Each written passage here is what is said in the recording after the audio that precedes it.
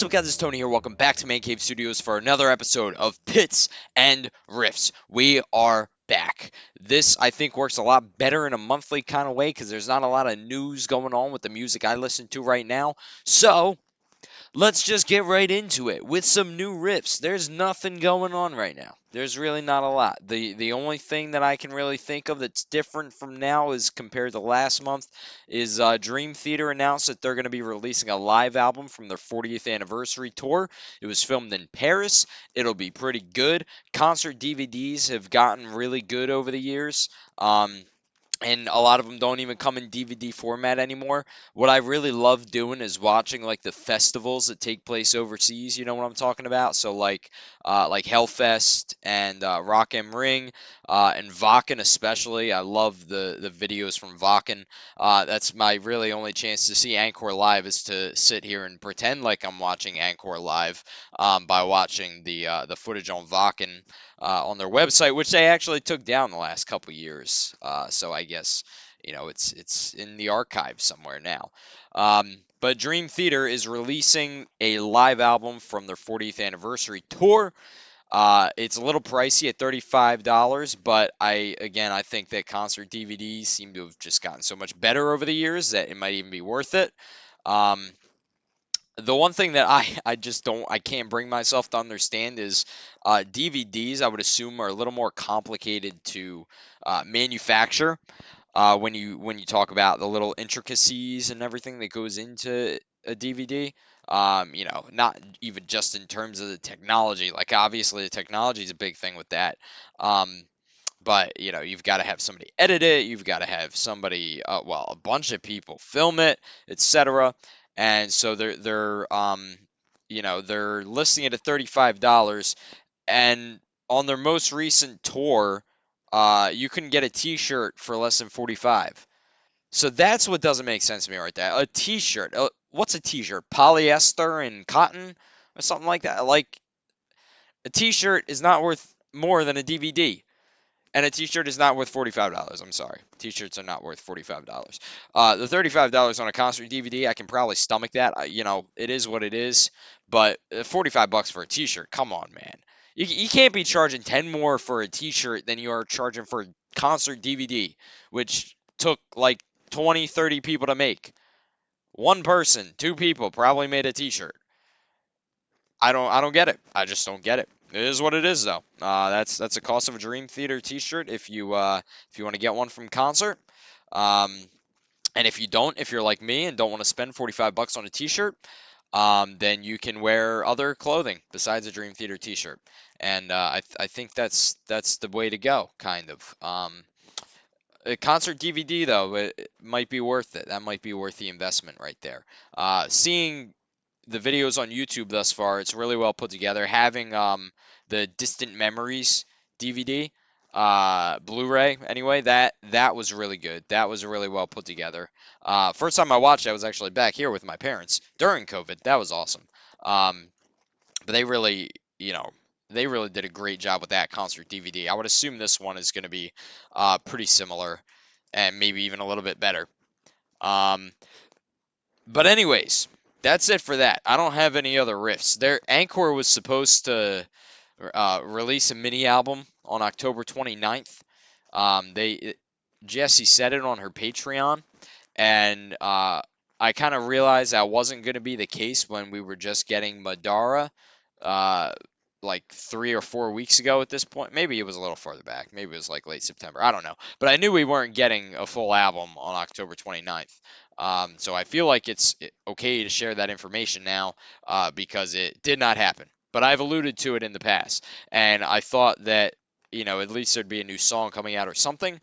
But that is not the case. So I don't know when the next Encore song or mini album or whatever they do next is coming out, or even what it is, or even if I don't know anything. I mean, communications, not the band's strongest. Uh, what's the word? Subject, I guess. Making music is. So, anyways, let's get into today's really the crux of today's episode, the breakdown.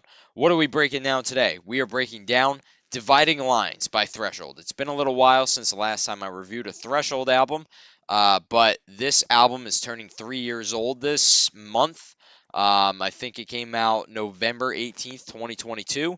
It's had 3 years now to really marinate, and it seems as if a lot of the subjects that the band has talked about, especially now that artificial intelligence is becoming more mainstream, um, it's all coming to fruition, really. It's all relevant. Um, so a little bit of a backstory on this album. It's their most recent album still. They haven't released another album yet, although they say they're going to work on something next year. Maybe they release something in 2027 or late 2026. I just don't know. Um, I'm not even going to complain about that. Whenever the band releases some new music, it's always fantastic. You know, I mean, I can't think of a bad Threshold album, at least not in the last 20 years. Um, so this album came out, like I said, mid-November 2022. Uh, this album, I think, kind of showcases the evolution of Threshold in a way, where there are some themes that relate back to the original Threshold songs and albums.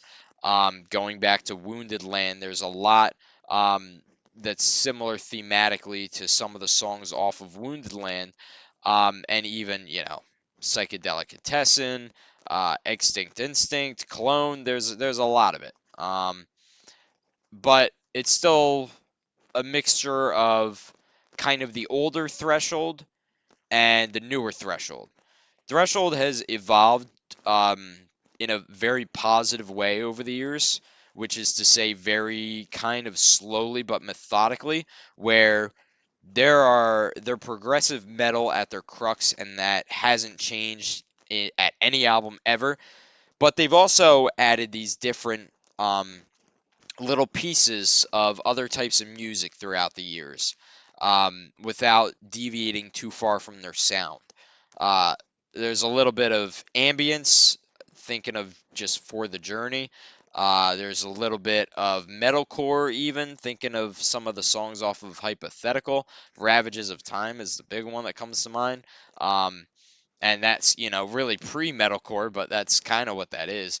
Um, but at the same time, it's all prog metal. It hasn't changed. They haven't changed who they are, and that's great because a lot of people, I think, got into Threshold because of the original stuff, like Wounded Land and Psychedelicatessen, and the albums that they're putting out now are still very similar to those albums, but at the same time different. It's different music. You hear a little bit of the older music in some of their songs, but for a lot of it, it sounds unique and different without being too different, which is like the perfect mix.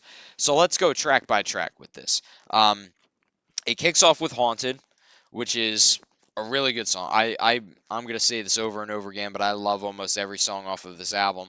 Haunted is uh, basically about trying to ignore obvious issues in society, but not being able to do it. With lyrics like "can't get up, can't get over it, won't let up, won't let go of it."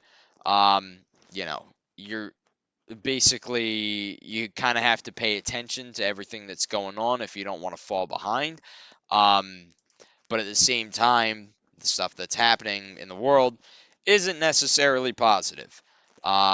So the one line that really sticks out to me is "What doesn't kill you leaves you haunted," which might be a little bit of like PTSD. Remember, this album came out about 10 months after the start of the war in Ukraine. So maybe there's a little bit of war involved in this album. Which this is a band that has talked about that in the past through their songs, um, and a lot of the lyrics from this song in particular are about the balance of trying to live your life and try to pretend like everything is normal, but not being able to ignore what's really going on. Um, then you move to Hall of Echoes, which is one of my favorite tracks off the album. And this is a song that's a little bit different, but not really. This is more about individuals, whereas Haunted is more just about try an individual trying to ignore society as a whole, whereas Hall of Echoes is more about an individual on kind of the opposite of the spectrum who's not trying to learn anything and is just kind of in their own little echo chamber. The line that sticks out to me from this song, and there's no guarantee we found reality. This whole song is just about, people living in their own echo chambers away from everybody else. Pre-chorus is you're all shored up in your bunkers and silos. Don't know the way, but I'm sure it's the high road. So that spells it out pretty clearly. Shout the words so they come back louder, etc. It's all about people who live in their own echo chambers, who make no effort to really go out and learn more, and as a result, you have such partisan politics as we do, which they even talk about that in the song, shooting down the other side because the gulf is way too wide. Great way of putting it. And there's no guarantee we found reality. Love that lyric. That's pretty much the crux of the song. Is you're living in your echo chamber and you think that what you are thinking is right, obviously, but that's not always the case. Then Let It Burn, which is really a callback to the climate heavy, at least focused on climate heavy Wounded Land. This is similar thematically to songs like Days of Dearth, Paradox, Mother Earth, just in the lyrics. Musically, not so much, but the question on everyone's mind who's kind of paying attention is, how the hell did we get this far just to get lost again? Did no one listen? And that's basically the big point in this song. About I mean, if you read up on different societies uh, over time that have collapsed, it all comes back to kind of the same things. Destruction of their environment, um, and then uh, basically a return to feudalism. But it all starts with not having um, basically the right people making the right decisions. People who are going to use the land um, and not really care how they use it. Uh, and so, listening to this album now after reading the book Collapse by Jared Diamond, it's really incredible how some civilizations decided their own fate. Like you think about Easter Island, for example. That's an island that used to be full of trees. Now there's not a single tree because they chopped them all down.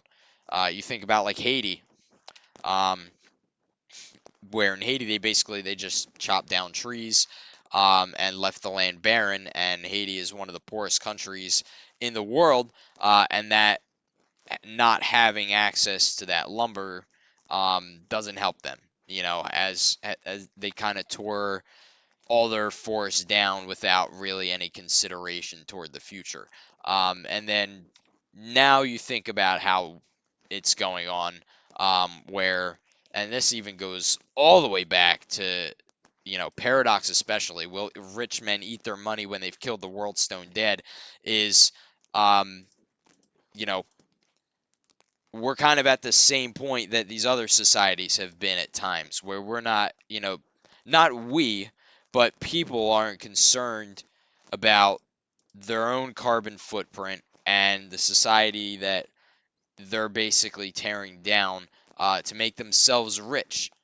Not even the society, the natural resources that they're hoarding and using to too much of an extent where it's not sustainable. Um, and so that's essentially what this song is about.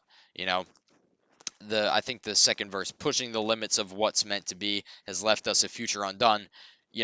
That's pretty accurate. Um, People trying to basically just plundering resources again for their own selfish gain, and that's almost the extent of that. Um, and we'll see if anything were to change. We kind of have two options, which is to wake up and realize the damage, or let the world burn, which is sort of what Threshold is saying in this song. Um, so yeah, that's essentially Let It Burn. Definitely very heavy subject thematically. Then you move to Silenced, and this was the first single that came out off the album. And the first time I heard it, um, I actually wasn't the biggest fan of this song the first time I heard it. It took a little bit of getting used to, but I think now I really appreciate it. Not just because of the lyrics, but also a lot because of just the sound. Um, it's very progressive. This is a very progressive song. And then thematically, this song, again, this is one of those that you have to kind of understand in the context of this album was released in 2022 with the war in Ukraine, and then the subjects from this song got worse, you know. So just the idea of we're going to war. Um, it's almost like another Cold War starting between the U.S. and Russia, which we kind of don't even think about that war, on a daily basis now. At least I don't. Maybe other people, I mean, Ukrainians obviously do, but I don't particularly because it's just kind of faded into sort of obscurity in the news, but it's still going on. Um, and so this is a little bit of mixture of this war going on and then also this idea about censorship, and can you speak out against your government safely and freely? Um, and especially recently, given events and different things, and it's not just one side, it's every side, it seems like that freedom of speech has been limited or is being limited, where there's no safe place to really talk about anything. And that's sort of a subject of the next song as well. Um, but this is more about just society kind of censoring you because if you say something that's not in line with what I guess mainstream social media agrees with, you're gonna get um, negative feedback for it, and ultimately that's cancel culture. What ultimately stems out of that, which leaves a society of people who are silenced, as everyone was silenced. Um, and then at the same time it's just this back and forth with the war subject too, and after the show of compassion has ended we'll hear the coda of what they intended, which is basically similar to Vietnam in a way, where we're trying to save the Vietnamese, and this, being American, this is kind of how I view this. We're trying to save the Vietnamese, the South Vietnamese from the North Vietnamese, and in the process, all we did was kind of create a mess. And so that now we just hear about, oh, what was really intended from this, or these other peacekeeping missions that different countries and especially the United States, have gone on throughout the years. So this is a lot about that. Next up is the Epic, which is typical for Threshold that the Epic would be the fifth track off the album. That's kind of been the way almost until Legends of the Shires. I mean, Stars and Satellites was the fifth track off that, but before that, it really seemed like pretty much every album, the fourth or the fifth track was a big one. Not For the Journey either. It was actually the third one For the Journey. But a lot of the earlier ones, like Critical Mass, Echoes of Life, that was sort of the middle of the way epic with that. And that's not to even say that that's the only epic because there are multiples. Um, Pilot in the Sky of Dreams off Dead Reckoning, uh, Ocean Bound a little bit by or off of Hypothetical, um, Subsurface, The Art of Reason, that was the epic off that album. So I like Surface to Air as well off of Wounded Land. So I like that they brought that back. The fifth song being the epic, kind of as like the crux of the rest of the album, and it's right in the middle. So you're building up to this point and then you're at this point and then you're fading from it, but that's not the only epic off this album, which we'll talk about that later.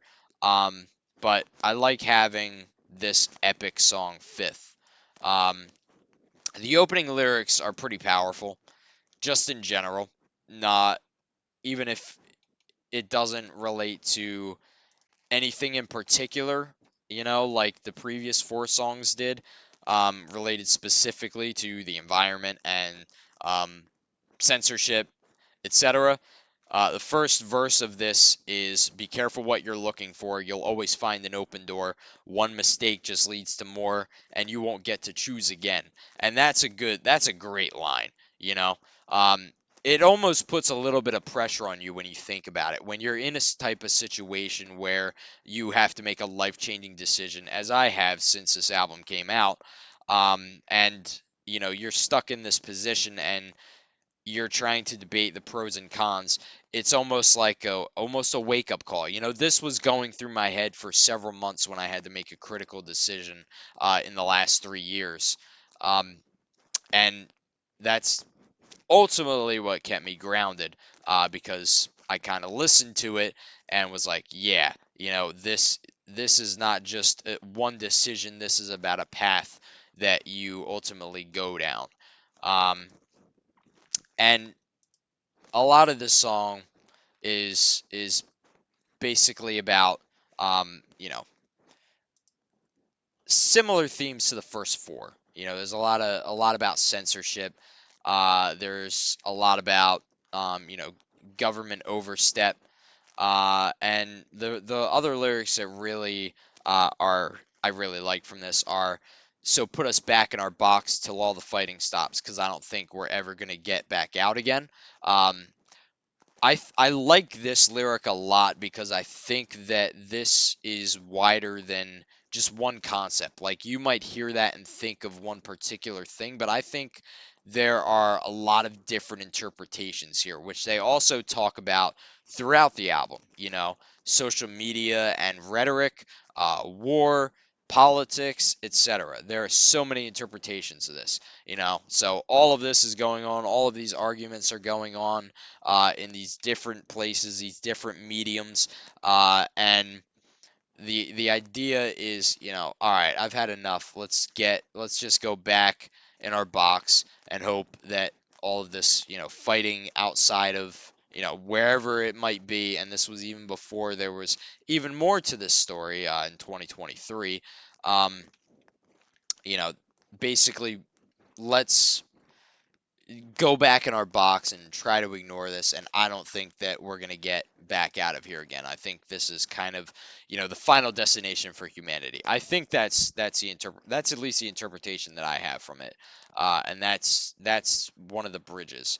Um, and again, the lyric of what I talked about, talking about silence, nowhere to talk about it. There really is nowhere to kind of express yourself freely with controversial concepts, because ultimately those might not be, the ones that society approves of. And if you're not on the same page as the rest of society, then that, you're likely to get called out and canceled and stuff for that. Um, the other real lyric that I love is, it's very small, but towards the beginning of the song, um, with alibis and eloquence knocking down the pieces in your never-ending game. Alibis and Eloquence is a callback to the Mystery Show, which was released in 2014 off of For the Journey. So I love that. Um, you want to theorize with eloquence and alibis. That's a lyric off of Mystery Show. And I really like that song. So first time I heard that, I was like, ha, alibis and eloquence. Let's go. It's back. These guys have the best. I mean, the lyrics are fantastic. I don't think I know another band right now that has songs with as highbrow type lyrics as Threshold, and easy it's very easy to enjoy the music, and also know that the lyrics that you're singing in the car on your way to work are about things that um are relevant, and not just kind of fluff, essentially. These are lyrics that are very meaningful and impactful.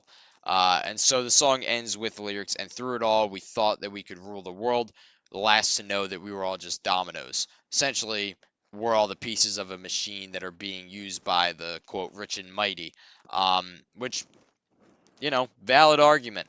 Um, and especially now with artificial intelligence, that almost seems to be exactly the case. Um, Then we get into Complex, and Threshold does this thing, right, where they go on to they have a song like the Domino Effect, which is very deep and highbrow and heavy, and then you get No Rest. You're right back at it with the next one.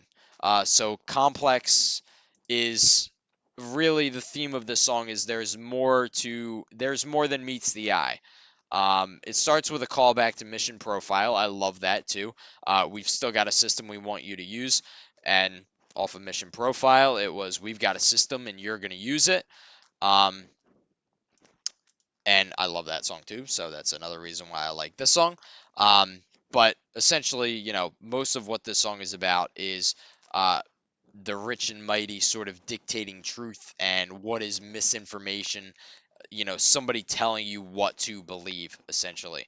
And the chorus is, you can't believe in everything. One sounds as good as the next. You know that something's going on, but it's so complex. And that's pretty accurate, and I think a lot of people feel that sentiment that there's a lot of distrust in government, and there's a lot going on that we don't know about, that if we did know about, we wouldn't approve of, because we wouldn't let it happen if we had the choice. The unfortunate part is that we don't have the choice. Um, the other part that I like about this is, we'll mean what we say and we'll say what we do with slogans to help you believe that it's true. Kind of this dumbing down the rhetoric to a few simple words, to try to get a population on board.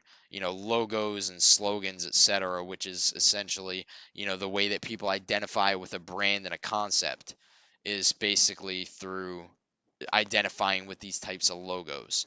And you can picture them, It's very easy, especially if you live in the United States. Um, but ultimately, this song, a lot of it is about keeping the people subjugated and divided to maintain their power. Um, and it's been working so far. For how long? Who knows? I think artificial intelligence changes that, assuming it heads in the direction that it's heading. But we'll see.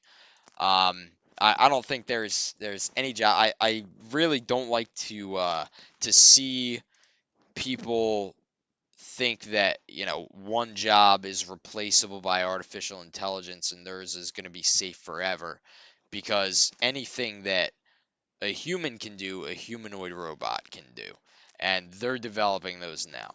So humans could be almost obsolete in 5 years. Creative thought, it doesn't matter. ChatGPT can come up with creative thought. That's where it's at.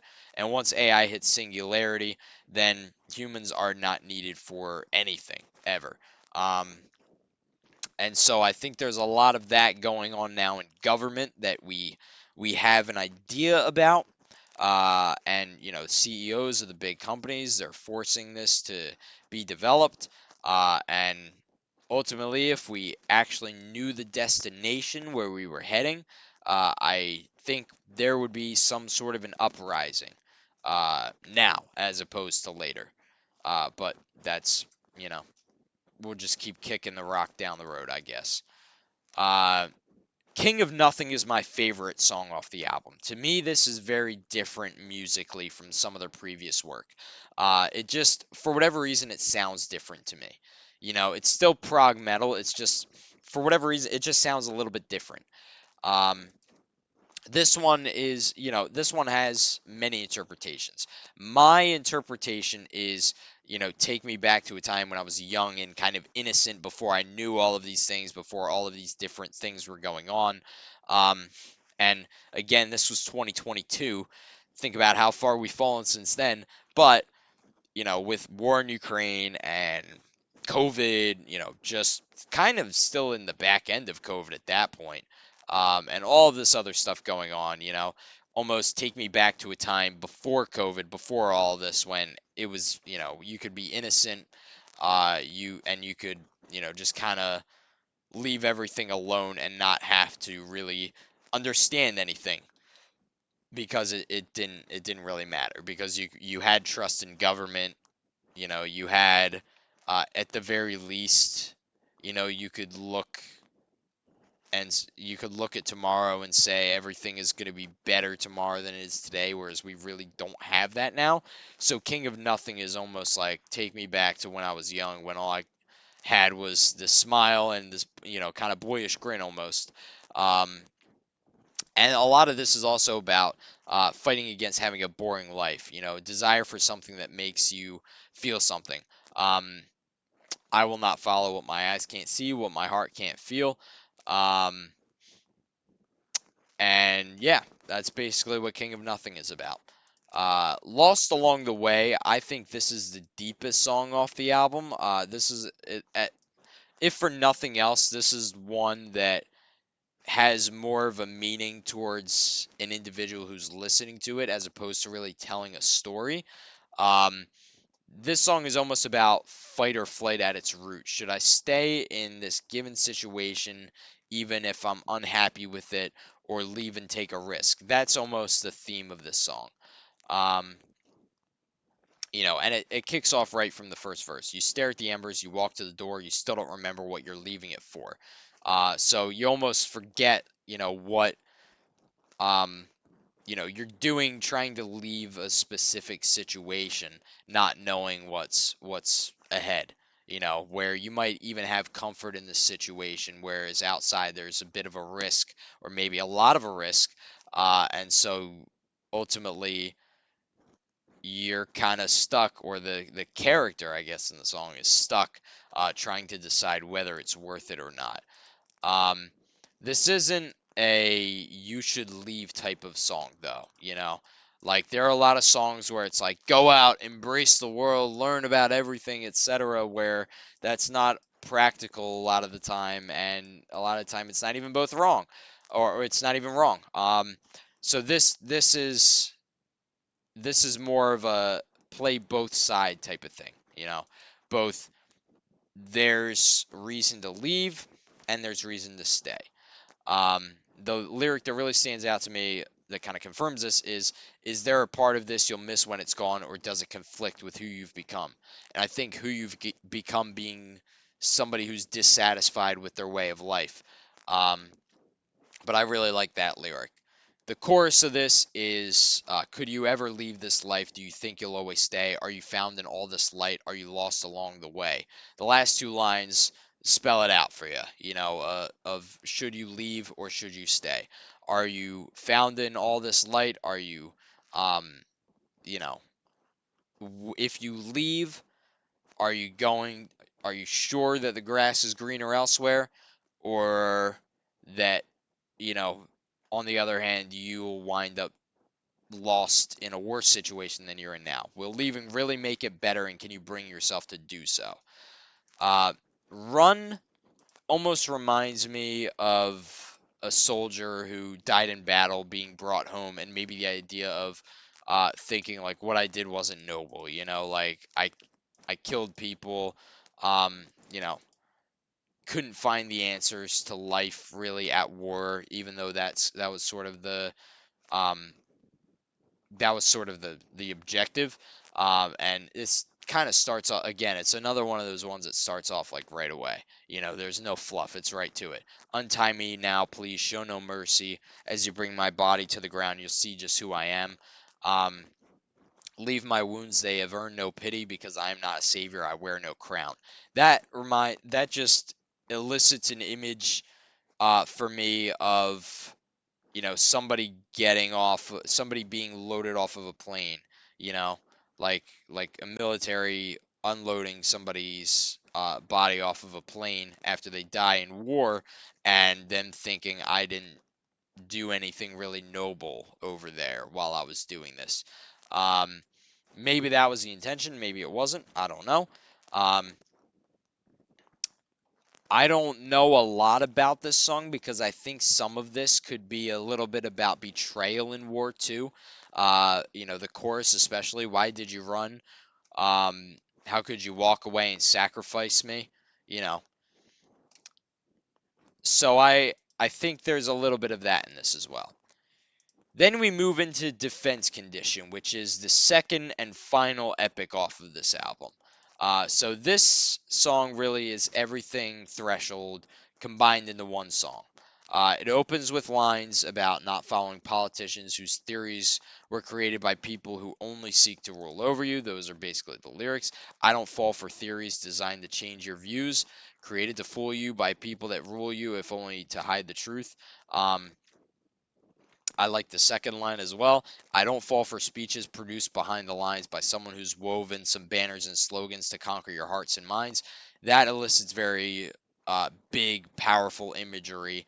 Um, you can think of specific examples everywhere, of people tying their allegiance to a brand or a country, in this form of nationalism. And it's ultimately, rich people and governments just trying to get people on board with doing something that's maybe not right. The course is lost in a world where nothing's real, learning to trust in what I feel, getting worn down by this war of attrition. This is my defense condition. This is basically you have to seek truth on your own, which is tough when truth is censored and kept out of the mainstream deliberately. Um, so you almost have to go above and beyond to try to find out what the real truth is. Um, Watch and observe, but I've got no choice 24/7 because I gave my permission. That lyric later in the song is um, really about, technology inside people's homes, which kind of allows the outside world to access you all the time. As long as you have your phone on, people can reach you, people can access you. Even governments, governments, corporations, you ever heard of this thing called cookies? That's basically what that is, 24/7, because I gave my permission. Someone's always tracking you. Someone always knows where you are. And that's what that's about. Um, the third and fourth verses of the song I really like as well. Power corrupts and meaning dies. Bend the truth with little white lies. No one wants to be exposed, so words are purged and cases closed. Power corrupts and lines are crossed. Wars are won, but nothing is lost. Every virtue bites the dust. So how do you know who to trust? This is essentially the crux of the song. Power corrupts and meaning dies. That's essentially it. Um, People who've attained power spread the narrative that they want to spread. And the people just kind of soak it up because that's all they know. Um, the fourth verse, sometimes life is a battle and there is no turning back, and justice can be slow to dispatch. So lock all your windows and batten your hatches. Sometimes lies are effective, no one sees them attack, but propaganda shows their offense. So cover your eyes now and raise your defenses. Um, so again, the first part is about the continued censorship, trying to protect people. The fourth verse, especially, is about not relying on justice, the justice system, anywhere, and instead understanding you're your own hero. There's no one there to save you. You know, Justice can be slow to dispatch, so lock all your windows and batten your hatches because you might not get the result you're looking for in any sort of situation, any sort of situation that goes to court. Um, the world cannot be altered by a billboard or a meme. I like that because way to keep it contemporary, guys. Now we're talking about memes in threshold songs. No one would have thought that when we were at Wounded Land, you know, back then before memes were even a thing.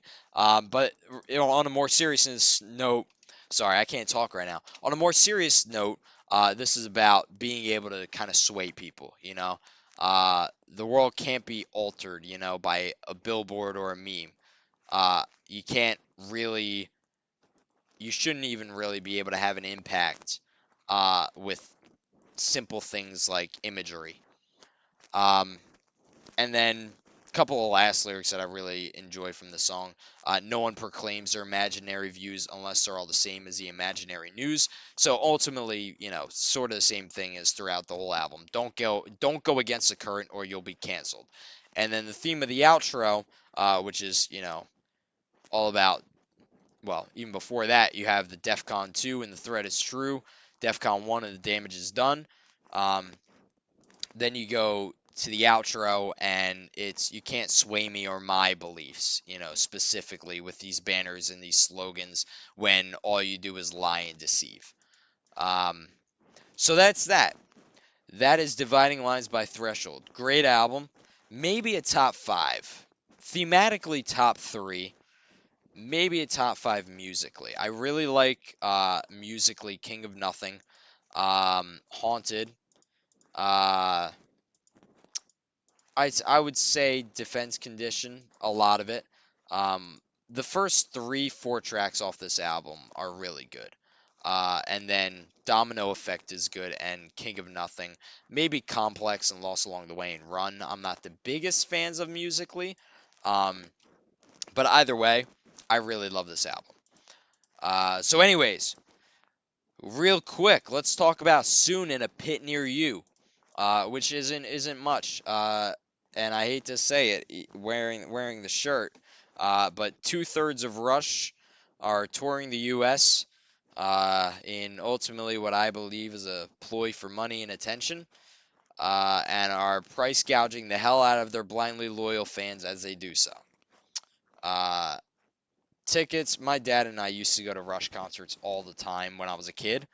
Um, the tickets were expensive, admittedly.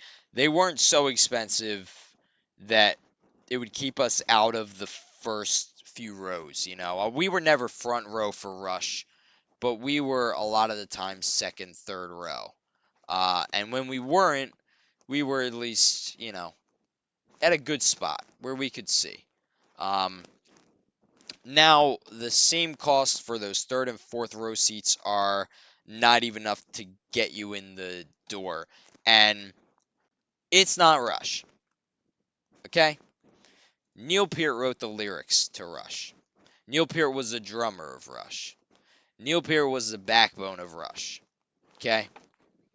And unfortunately, he passed away 5 years ago, almost 6. Um, that was ultimately when Rush ended. Technically, Rush ended in summer 2015 at the end of R40, but there's no bringing Rush back without Neil Peart. There's not you can't. You can call yourself whatever you want, but it's not Rush. You are not Rush, you know? And the product, I mean, listen, I hate to say it again, but at the at R40, it wasn't like they were at the top of their game when they went out, you know. Geddy struggled vocally a lot on that tour. And now here we are 10 years later. How could it have gotten better? You know? Like what are you paying for if you show up? Really? Um so it sucks. And I've got the Rush shirt on and I've got the Signals poster in the background and I think I've got like Hemispheres or something hanging up back there too. It's actually my dad's, but it's not Rush. What's going on now is not Rush. So I will not be attending that. Um, if the pricing was better, maybe. I don't know. But it's not. So no.